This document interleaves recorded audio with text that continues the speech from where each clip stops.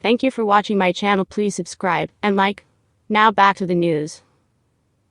Melania Trump was serenaded to the sounds of Roy Orbison's Pretty Woman on Friday night, as she was seen alongside her husband Donald Trump for a formal dinner at Mar-a-Lago, as the former president played host to Hungarian Prime Minister Viktor Orban. The Hungarian leader appeared quite taken by the former First Lady, as he posted footage of her to Instagram, with the caption Pretty Woman, while also presenting her with a huge bouquet of flowers, much to her surprise. It was a rare sighting of Melania, who sported an all-white pantsuit at the glitzy affair. She has barely been seen by her husband's side during the 2024 election campaign at all. Orban posted to his Instagram account footage of him and his staff meeting with Trump and the former president's staff, then of the Prime Minister walking through the compound, taking photos of everything from a framed Time magazine showcasing Trump to a bottle of Trump-branded water. He could then be seen handing Melania Trump a giant bunch of flowers in what was a carefully orchestrated charm offensive. Later in the video, Trump praised Orban to a laughing crowd. He's a non-controversial figure because he says, "This is the way it's going to be, and that's the end of it. Right?" Trump said of the Hungarian Prime Minister. "He's the boss." On Friday night, both Melania and Donald were given a rapturous reception as they walked into the grand ballroom at the beachfront compound. The former president reached out to shake the hand of some of his supporters, while his wife walked closely behind him, flashing a smile at one point. Trump, as the likely Republican presidential nominee, has continued his embrace of autocratic leaders who are part of a global pushback against democratic traditions.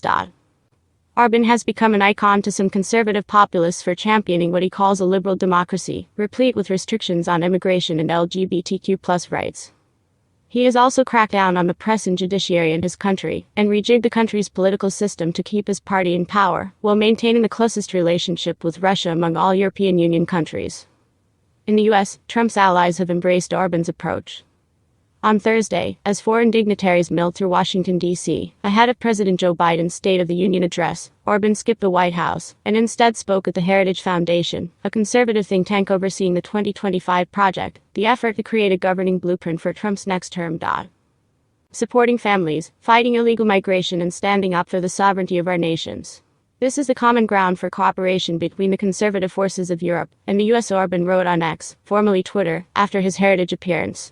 Orban then flew to Florida, where met Trump late on Friday afternoon at Mar-a-Lago.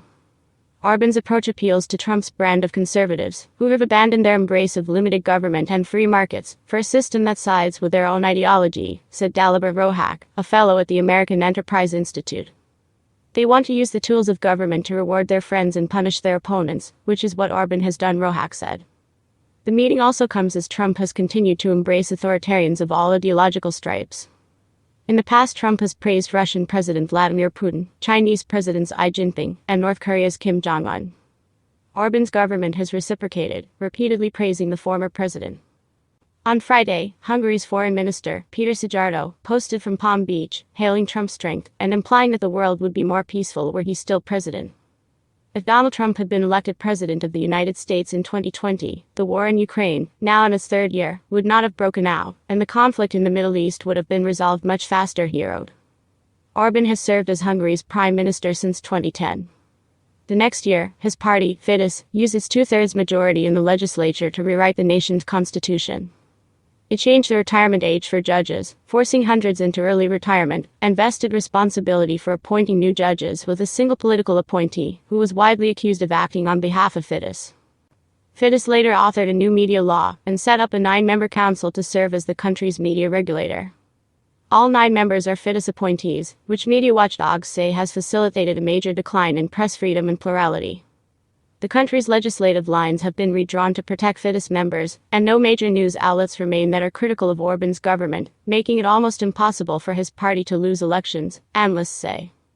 Orban backed Trump's re-election effort, and has had frosty relations with the Biden administration, which pointedly did not invite Hungary to a summit on democracy it organized after the president took office.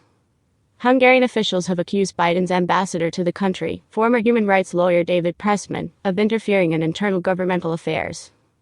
The Hungarian leader also has enthusiastically boosted Trump's latest presidential campaign, posting a message encouraging Trump to keep fighting, after he was hit with the first of what would be 4 criminal cases against him last year. Last week, Orban declared that a win by the former president would be the only serious chance for ending the war in Ukraine. The Hungarian leader also met with Steve Bannon, a former Trump advisor who remains a vocal ally of the ex-president and is active in global populist circles.